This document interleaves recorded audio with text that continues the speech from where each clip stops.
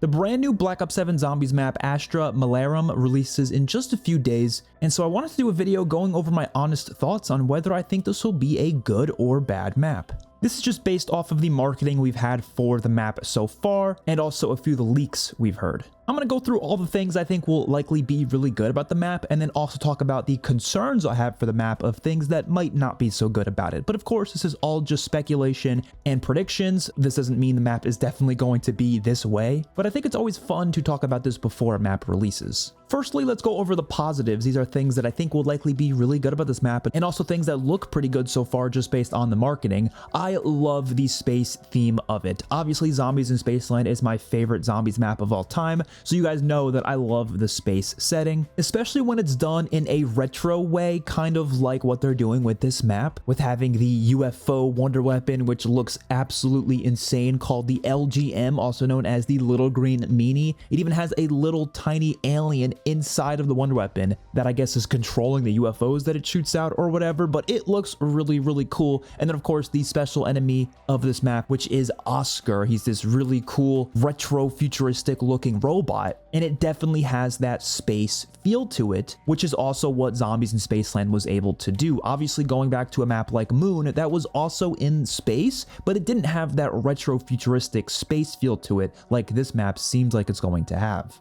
Now, I don't know how far they are actually going to go with this theme. Is it going to be incorporated in the map in a lot of different ways, not just the visuals, but also with the music, with the Easter egg? I really hope they go far with that. I'm really hoping we get to see a UFO boss fight. I think that would be the coolest thing they can do for this boss. And I also hope they utilize the wall jump feature on this map in some places. Because we're in space, it would make sense that certain areas of the map should probably have some low gravity sort of thing going on, where maybe you can jump up to a higher elevation and wall jump off of it. That would be really, really fun, but we didn't see any of that in the trailer, so I'm not sure if that's going to exist. I just think it would be a missed opportunity to not do stuff like that on this map. The OG Pack-a-Punch machine returning is also really, really huge. This is something I was not expecting whatsoever, but it is so cool to see them finally do some unique looking Pack-a-Punch machines and mystery boxes. Obviously, we've seen the Origins mystery box before, but seeing that come back with Ashes of the Damned was really, really cool, and the idea of them doing that with the Pack-a-Punch machines as well is incredible. I really hope we get to see the Chaos Pack-a-Punch machine for at least one of the maps throughout the DLC season, but seeing the OG Pack-a-Punch machine back just brings me so much peace. It feels like we're getting back to some of the more classic elements of Zombies, which I've really been waiting for, and I hope that eventually they go even further with this by bringing back the OG Pack-a-Punch animation, which I have a feeling that might end up being a relic, but I don't think that's going to be a by default thing for this map. The Pack-a-Punch camo on this map also looks incredible, and although Pack-a-Punch camos are definitely not one of the most important things about a map, it's always nice to see a really cool looking Pack-a-Punch camo. Mule Kick returning is really nice as well. I'm very happy to see this perk finally back in modern Zombies because we haven't had it since Black Ops Cold War. And I'm honestly surprised a lot of people don't like Mule Kick. I kind of get it because it can be frustrating having to swap between multiple weapons if you want to quickly get to a specific gun. But I like it because if I'm trying to level up multiple weapons at once, it's nice to have more weapons you can actually level up at a time. And especially with Cursed Mode, being able to get points a lot easier. It's going to be nice to have one gun designated as the point gun, another gun designated as a kill gun, and then your other weapon being probably the wonder weapon of that map. I think that'll be really, really nice to do, and obviously that'll be nice for all future maps. And I'm also glad they're carrying forward a lot of stuff from Black Ops 6, like some of the other field upgrades, ammo mods, and even some of the score streaks, just because it'll add more content to the game. Even if it's not very much meaningful content, it's just stuff we've already seen in that game.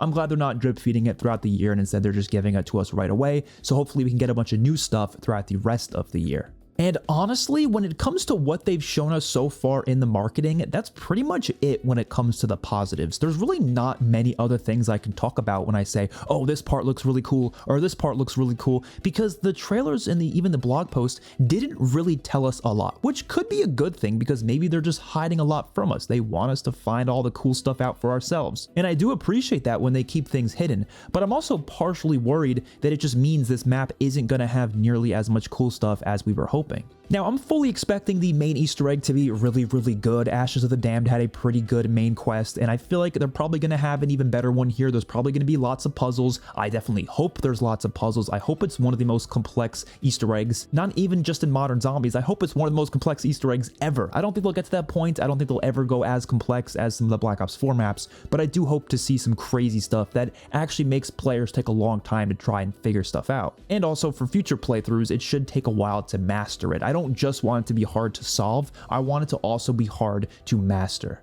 And then I'm sure the relic quests will be fun too. It has been pretty fun hunting for all the different relics in cursed mode for Ashes of the Damned, and we're going to have that again with Astra Malorum. There's going to be 6 new relics, which is going to be pretty exciting. And I'm sure the map overall is just going to play a lot better in cursed mode, just like Ashes of the Damned does. But then this brings me into my concerns, because I am really concerned about the map uniqueness of Astra Malorum. This has been a pretty significant issue with the entirety of Modern Zombies. Map uniqueness just hasn't been there nearly as much as it used to be, especially in games like Black Ops 3, Infinite Warfare, and Black Ops 4. In general, in the Modern Zombies era, they've really been prioritizing having a lot of depth to the core gameplay systems, with adding stuff like augments and having a bunch of attachments to go for each weapon. There genuinely is a lot to mess around with when it comes to the stuff that you select in the menus before you load into the game, and the stuff that's streamlined across every single map. But when it comes to map unique content, map unique systems and mechanics, there really isn't enough to it, especially not in comparison to games like Black Ops 3, Infinite Warfare, and Black Ops 4. There should be way more map unique systems that set each experience apart, but there just isn't anymore. As far as they'll go with this is maybe having a few minor things, like for example, they'll throw in like a dig system on some maps, but it won't be on every map. Ashes of the Damned has a little plant system where you can grow a plant and defend it, which is pretty cool. I like that little thing, but it's a very minor feature that doesn't really have much depth to it. It doesn't add a lot to the map, and the rewards are just simply loot-based rewards. They're not even unique rewards at all. A great example of a map unique system that really makes a map feel unique compared to the other experiences is the plant system from Zetsubou no Shima. This is the best example I can give, because this is a very in-depth system. There's 3 different colored waters, and you could do all sorts of combinations with those waters to get all sorts of different plants. And yeah, some of the plants could just give you simple power-up rewards or just a free gun, which is obviously not that special, but some of the other plants can actually be unique plants. Like there's one that holds a crawler, there's one that attacks the zombies, there's one that gives you an extra life basically. There's even another one that can give you a free perk. Like there's all sorts of unique plants you can make out of this, and it's not just for the Easter egg. Of course, you do need to utilize the plant system for the Easter egg in a few different ways, but not every single combination is required for the Easter egg. So some of the other combinations are just for fun. It's just extra content to mess around with on that map. We don't really see stuff like that anymore. They'll never go that far with unique systems, because they'd rather just throw all that stuff into the streamlined mechanics of the core game, because they just want everything on every single map. And I think that's the biggest issue with Modern Zombies that I really do feel like is going to stay true in Black Ops 7. I hope I'm wrong, but I just don't see this changing. The furthest they'll go with uniqueness is, like I said, that plant system on Ashes of the Damned, which again was a very simple minor mechanic, or like having the truck on Ashes of the Damned, which is really cool. I like how the truck changes up the game, and that's obviously not going to be on every single map, but that's not enough. I feel like they need to go further with it, and like I said, they just really haven't been. Klaus is a really good addition to the map though. I definitely want to see more map unique companions like that. I do think map uniqueness could be fully delivered by actually having a lot of in-depth side quests with unique rewards, because honestly,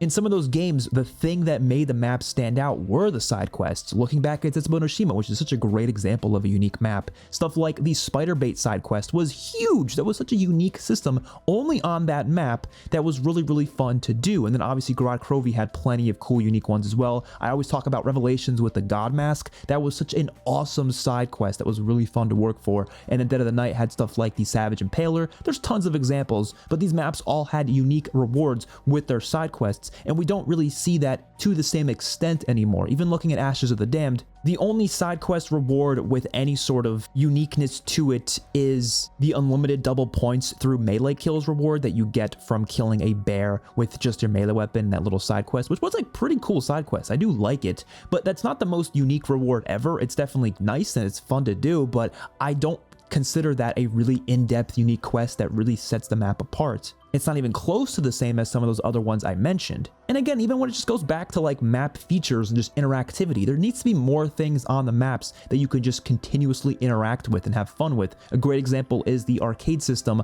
on Zombies in Spaceland. You have all these different games you can play to get tickets for and then use the tickets on specific prizes. It's specific to that map, and it's something that makes the map more replayable because it's something you can interact with each time you play the map. It's not just all about killing zombies. There's moments where you can just play arcade games for fun. Like stuff like that we need more of. Unfortunately, you are able to see a purple light in the trailer for the map, which implies that T.E.D. tasks are returning, which I have talked about this in the past. Another thing that could attribute to map uniqueness is having unique trial systems, which they used to do back in Black Ops 3, Infinite Warfare, and Black Ops 4. I'm going to keep mentioning those games because those games were really, really good at map uniqueness. There was multiple unique trial systems that were either unique thematically or unique mechanically, and at least having one of those two things would be nice. So it's not confirmed that T.E.D. tasks are going to be on this map in the exact same way. We just know there's going to be a purple light, which implies it's going to be at least something similar to T.E.D. tasks, but let's be real, it's probably going to be just T.E.D. tasks again, which I think is such a shame. Like, why not try something different? Why not try something new? I've always wondered why they insist on doing these streamlined systems and why they insist on making the map feel so similar,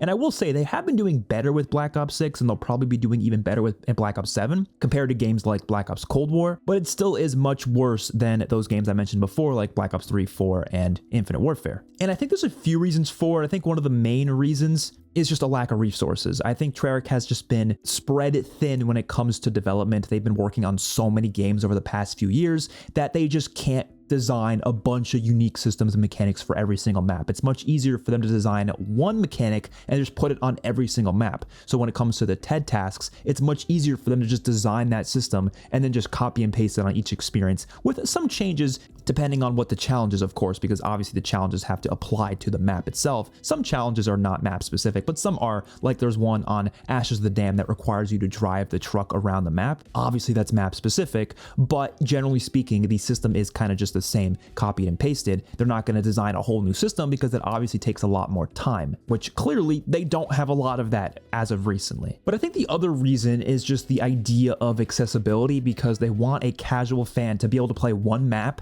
and if they can master that map, they're going to be able to master every other map in that game. You go to a game like Black Ops 2, if you master Buried, that does not mean you've mastered Origins. Like, you can't just master one map and suddenly be great at every map in that game. There are very big differences between them that set them apart, especially when it comes to difficulty. But in a game like Black Ops 6, really all you have to do is master one map and you'll be fine in pretty much every other experience. You just got to know the right attachments, the right loadout gun, the right perks to use, the right augments, and you'll be chilling. It really doesn't matter about the map specific mechanics and features because there really isn't that many. You just maybe have to know the Easter egg if you want to do the Easter egg, or maybe you have to know the Wonder Weapon quest, but that's really it. There's really not much more to it. There's not a lot of specifics you need to understand. But I don't like that. I don't like that at all. One of the best parts of a new map releasing back in the day was the fact that it basically felt like it was a whole new game. When Mob of the Dead released in Black Ops 2, I swear it felt like I was playing a completely different game, and that was incredible. That was a great feeling. It felt nothing like Die Rise. I was learning this whole new system of the afterlife mechanic, which was awesome. And I felt the same way with every single Black Ops 3 map, every single Infinite Warfare, every single Black Ops 4 map. Like, every map had a bunch of new things to learn, and that was really, really fun,